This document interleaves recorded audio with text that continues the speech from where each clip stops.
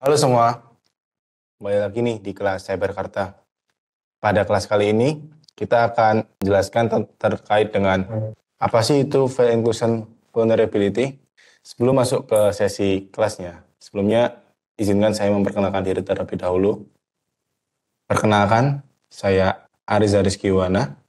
Di sini saya sebagai mahasiswa di program studi Teknologi Rekayasa Internet Sekolah Vokasi UGM, dan saya seorang IT dan Security Enthusiast.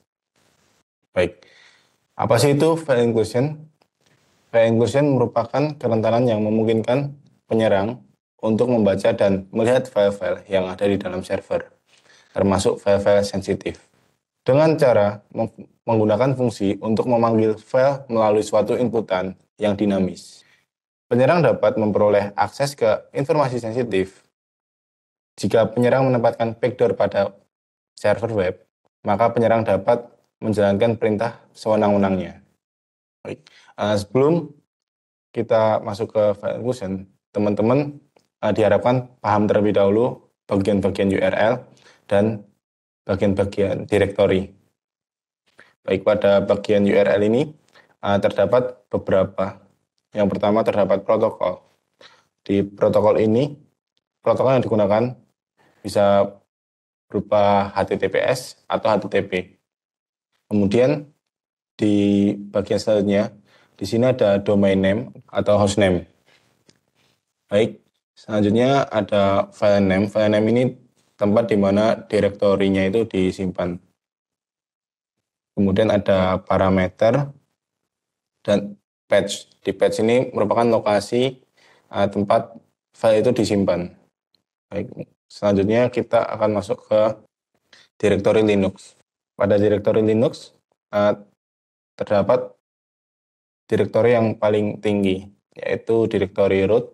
Kemudian teman-teman di sini ada direktori bin, kemudian ada opt, boot, root, dev, sbin, /etc, /srv, /home, /tmp, /lib, /usr atau user, /media, /var, dan /mnt. Nah, di sini saya akan menjelaskan sedikit terkait dengan direktori. Nah, pada direktori home ini, di sini tempat untuk menyimpan data atau dokumen user yang ada di komputer Linux tersebut. Kemudian pada direktori /etc, di sini untuk menyimpan file konfigurasi atau settingan aplikasi dan service. Kemudian pada direktori root, di sini home folder untuk user, root atau administrator di Linux. Kemudian ada /var. /var di sini tempat untuk menyimpan file yang bersifat dinamik atau berubah-ubah seperti log aplikasi dan service. Kemudian ada boot. Di sini berisi file kernel dan bootloader. Kemudian ada /sbin. Nah, /sbin ini berisi aplikasi khusus yang hanya bisa digunakan oleh user dengan akses root atau administrator. Kemudian /tmp. Nah, /tmp ini digunakan oleh semua aplikasi yang memerlukan ruang untuk membuat temporary file saat aplikasi bekerja. Dan ada /user. Nah, pada /user ini tempat di mana aplikasi sebagian besar tersimpan. Oke, untuk lebih lanjutnya teman-teman bisa belajar lebih detail terkait dengan direktori Linux. Baik, selanjutnya apa sih dampak dari local file inclusion? Jadi dampak dari local file inclusion yang pertama, terbacanya file sensitif di server web. Penyerang dapat mencuri informasi sensitif seperti kata sandi, informasi keuangan, atau data pribadi melalui local file inclusion ini. Yang kedua ada denial of service atau DOS. Jadi penyerang dapat mengirimkan permintaan yang berlebihan ke server web, sehingga server web tidak dapat menangani permintaan yang sah. Jadi mengakibatkan servernya itu down. Kemudian yang ketiga manipulasi data. Dengan local file inclusion, penyerang dapat memanipulasi data di server web, seperti mengubah data pengguna atau menghapus data. Nah, di sini ada cara kerja dari local file inclusion. Di sini ada attacker. Nah, pada attacker ini dia akan memodifikasi URL. Nah, seperti contoh di sini ada sampel ya, sampel.in, kemudian dia mengakses URL file.txt pada ini URL ini, kemudian penyerang akan mengubahnya menjadi patch ke direktori /etc passwd, di mana di direktori tersebut tempat user dan password disimpan. Nah, selanjutnya, setelah penyerang menginjekkan payload di dalam server, kemudian server akan merespon ke browser dari penyerang yang menampilkan password atau user di situ dari servernya. Baik, kemudian di sini saya akan mendemonstrasikan cara kerja local file inclusion. Di sini saya sudah membuat lab dan saya akan mempresentasikan yaitu PHP wrappers dan local file inclusion untuk mendapatkan user tadi. Baik. Oke.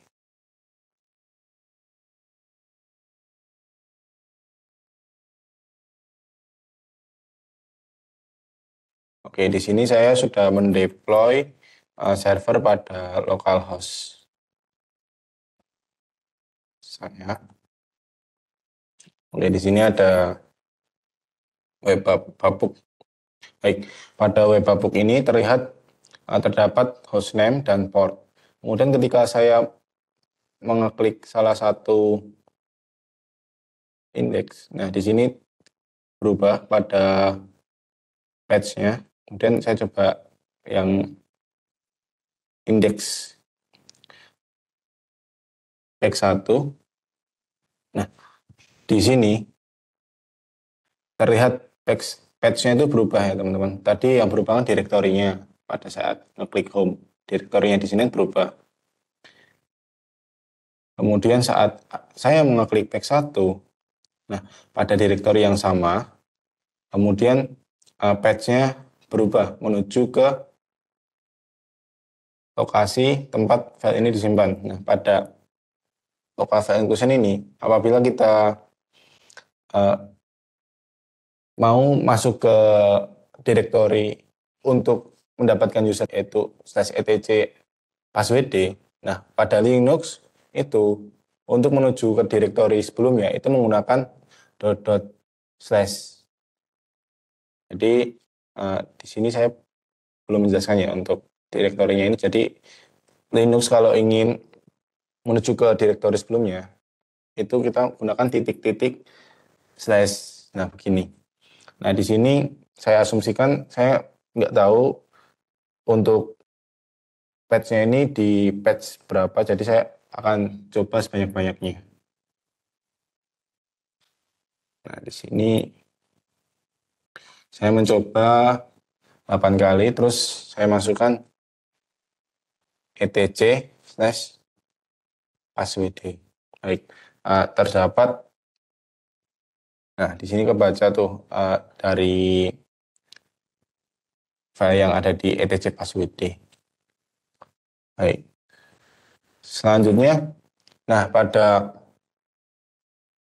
web ini itu dengan menggunakan local file inclusion kita dapat membaca codingan PHP-nya. Jadi kalau kita cuman source code gini kan kita nggak bisa baca kan apa isi file PHP-nya atau codingan PHP-nya. Tapi dengan menggunakan local file inclusion, menggunakan PHP wrappers, kita dapat membaca file codingannya. Di sini kita coba X1, kemudian ada patch-nya kita ubah PHP titik 2 slash slash Twitter slash. Nah di sini saya akan convert base64 encode. Kemudian saya akan memilih direktorinya. Direktorinya tadi kan resource sama dengan index.php. Nah, pada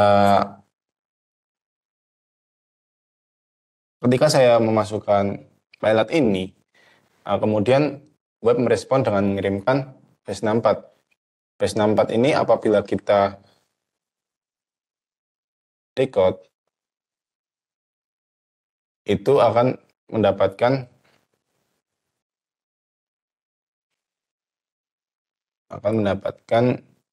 codingan dari index.php tadi. Kita coba menggunakan CyberSafe ya teman-teman, yang open source. Nah di sini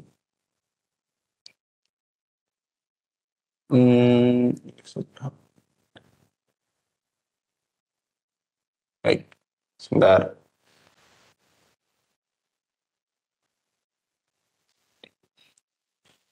Oke, saya coba.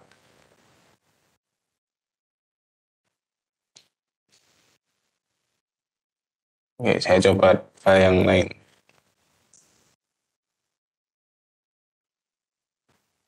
Pack 1. Enggak. Ini kan pack 1.php. Oke.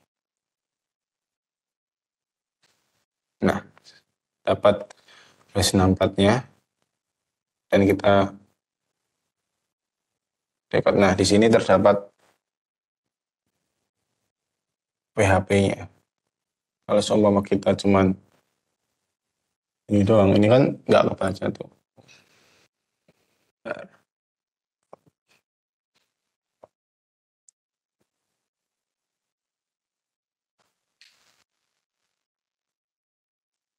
Oke, mungkin saya coba sama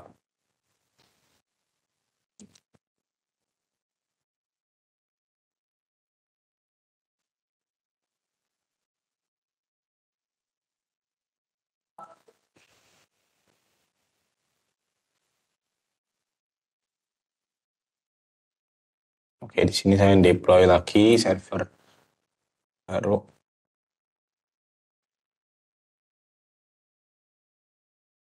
Oke, nah di sini kan kalau kita cuman di home itu kan kita nggak bisa baca kan untuk file PHP-nya. Jadi kita cuma bisa lihat HTML-nya aja. Tapi sini aku mau mencoba lihat isi file PHP-nya. Oke, bentar. Di sini saya coba ya menggunakan tadi PHP wrapper slash convert resource index.php.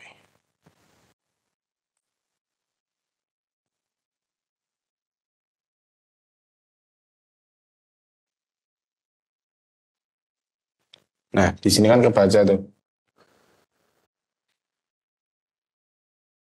Terkait dengan fungsi PHP-nya. Di sini terlihat if isEd get text.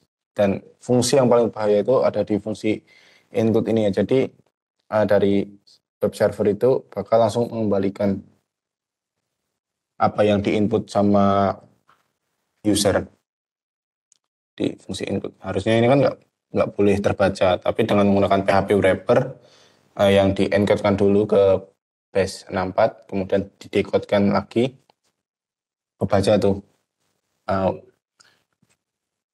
codingan PHP-nya. Sedangkan di sisi, coba kita lihat di sisi web lain. Nah ini kan nggak kebaca tuh include-nya.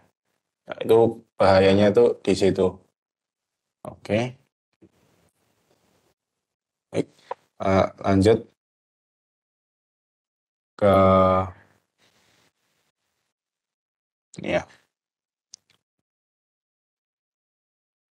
Nah, Nih di sini terlihat nih, saya melakukan PHP wrappers, baca base 64-nya, kemudian di sini saya mengencodekan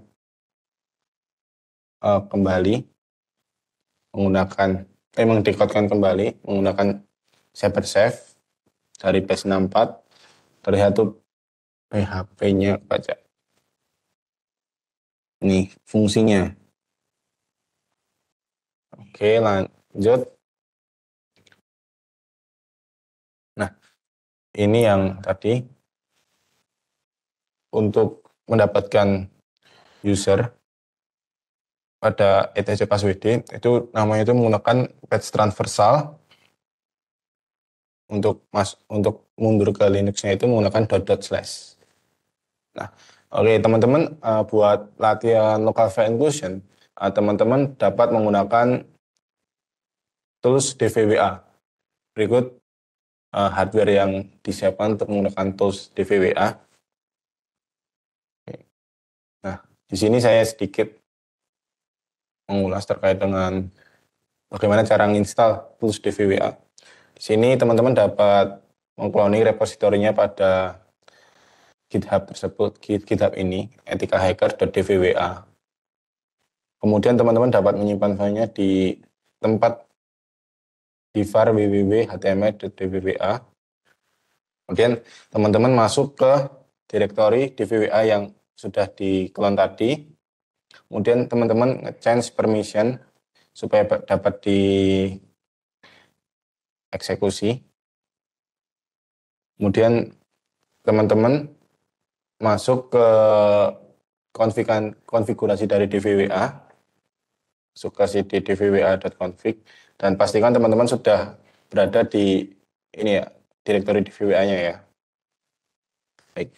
Kemudian teman-teman membuat kopian dari konfigurasi dvwa-nya.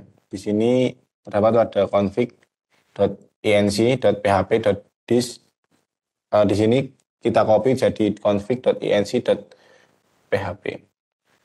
Nah, kemudian kita akan mengkonfigurasi, dan pastikan untuk mengkonfigurasi ini teman-teman masuk ke user root, ke privilege root terlebih dahulu dengan menggunakan sudo, dan untuk melakukan konfigurasi kita gunakan nano, masuk ke direktori config, kemudian filenya config.inc.php.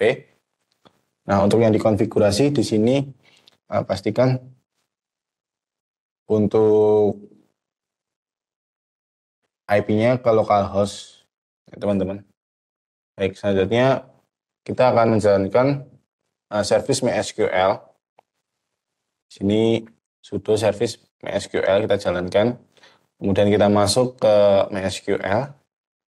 Untuk default passwordnya, karena saya belum pernah mengkonfigurasi MySQL, jadi default passwordnya root dan passwordnya root. Kemudian kita akan create user dvwa dari alamat IP lokal dan identifikasi passwordnya berdasarkan password yang kita masukkan tadi, password. Kemudian give privilege to a database dvwa. Oke, berdasarkan password. Oke, kemudian kita masuk ke direktori web server. Kita menggunakan Apache. Di sini kita masuk ke cd inc/php/versi Apache 2. Kemudian kita konfigurasi allow URL fopen kita on-kan dan allow URL input kita on-kan. Nah, di sini merupakan kerentanan dari LFI juga. Harusnya itu supaya aman kita off-kan. Karena kita akan bikin rentan, jadi kita on-kan. Oke, sudo nano php.ini. Nah, kemudian teman-teman cari lokasi allow URL fopen dan allow URL include. Kemudian teman-teman ganti dari off menjadi on. Kemudian teman-teman bisa menjalankan service Apache 2-nya. Sudo service Apache 2, kemudian start. Nah, setelah teman-teman melakukan deploy web server, teman-teman bisa masuk ke localhost, kemudian masuk ke directory dvwa-nya, kemudian login.php. Nah, di sini untuk username dan password defaultnya itu admin dan passwordnya itu defaultnya password. Baik. Nah, sebelum teman-teman melakukan praktik buat nyerang, teman-teman pastikan reset dulu database-nya biar mulai dari nol. Oke. Nah, pada DVWA itu terdapat beberapa level, teman-teman. Ada 4 level. Yang pertama itu ada level low, di mana pada level low ini tidak ada keamanan sama sekali. Kemudian ada level medium. Pada level medium ini ada keamanan tapi kurang baik. Nah, kemudian ada level high. Pada level high ini keamanan sudah baik tetapi masih ada kerentanan. Dan yang terakhir itu ada level impossible. Nah, pada level impossible ini sulit ditembus, tidak ada kerentanan. Berikut DVA LFI pada level low security. Mungkin kita langsung aja praktik ya menggunakan DVWA-nya. Oke.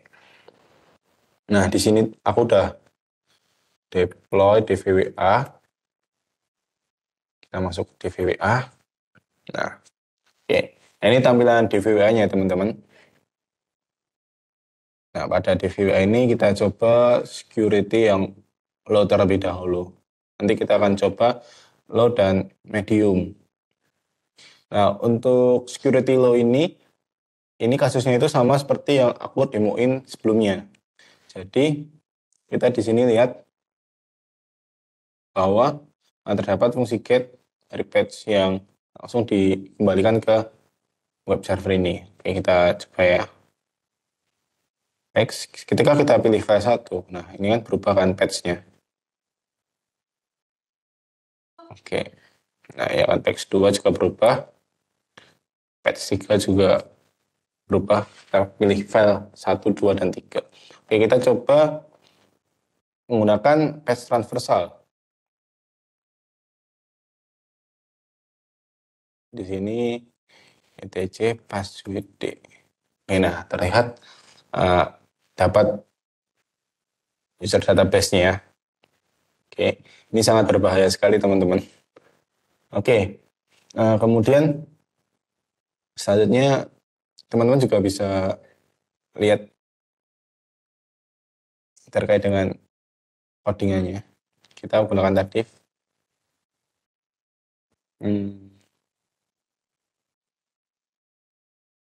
PHP.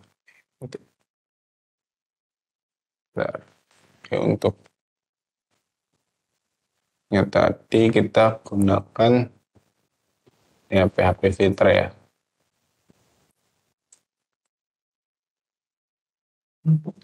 Oke, di sini fungsinya tadi ini file 1.php.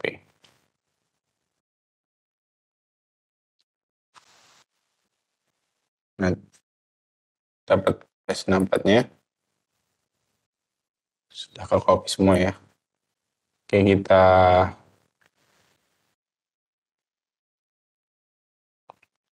kita cyber save sekarang.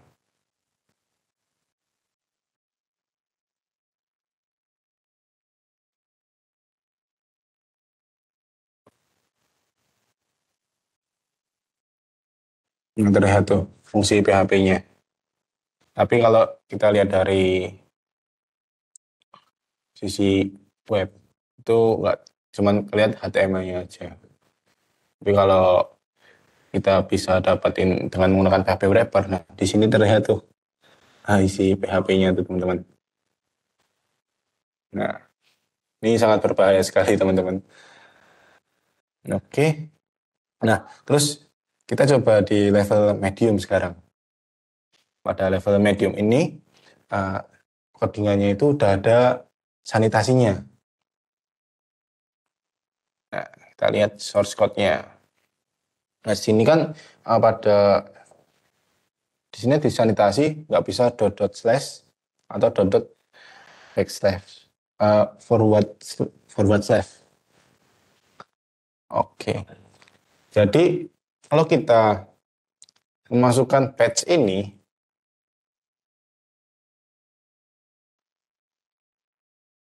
etc password. Nah di sini tuh nggak mau teman-teman, karena ini tuh di filter atau disanitasi. Jadi gimana caranya supaya kita bisa ibaratnya mengelabui lah.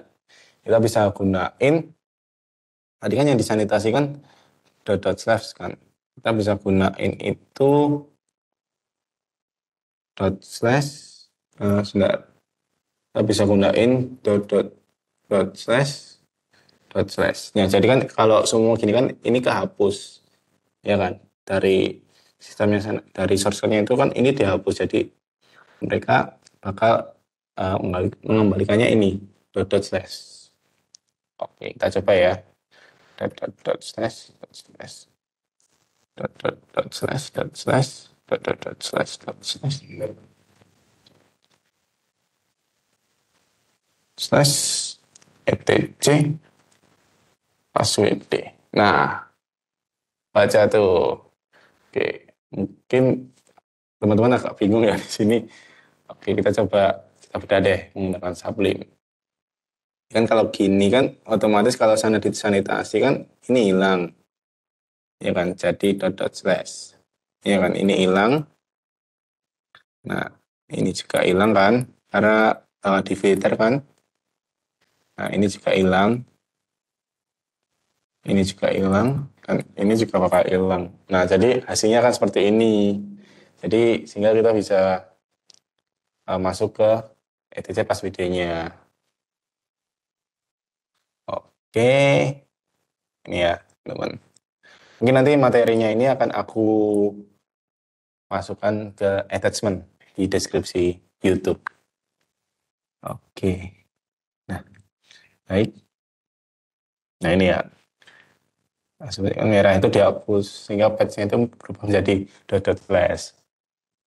Baik, buat teman-teman yang ingin mendalami cybersecurity, saya berkata punya kelas Web Security for Pentester and Bug Bounty. Jadi teman-teman bisa gabung ke kelasnya dan teman-teman dapat insight yang lebih di kelas itu. Banyak kelasnya itu teman-teman bisa di situ diajarin bagaimana cara menggunakan Burp Suite, terus kemudian ada juga local encryption, XXS dan lain-lain. Nah berikut untuk webnya teman-teman bisa masuk ke www.cyberkarta.com. Untuk dan koneksi teman-teman bisa follow atau ikuti Cyberkarta di linkedin.com/company/cyberkarta. Baik, terima kasih teman-teman udah menyimak sampai akhir. Wassalamualaikum warahmatullahi wabarakatuh.